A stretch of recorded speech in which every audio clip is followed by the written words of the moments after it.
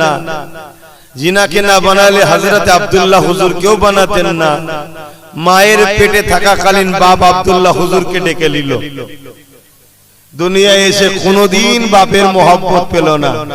কি কঠিন পরীক্ষা আমার রাসূলকে আল্লাহ নিয়েছে। কিছুদিন যেতে না যেতে আম্মা আমিনাকেও ডেকে নিলেন।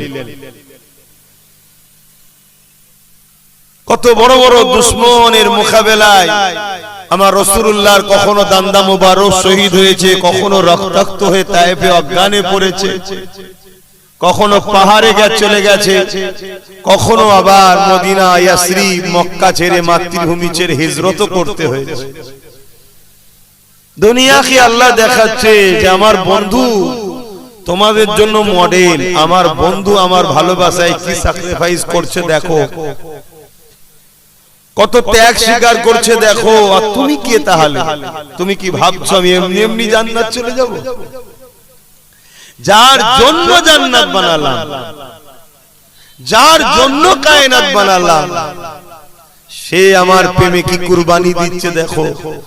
আর তুমি আব্বাস সিদ্দিকী দাদা হুজুরের আওলাদ ও নবীর খানদান হয়ে মনে করেছে এমনি এমনি জান্নাত চলে যাবে?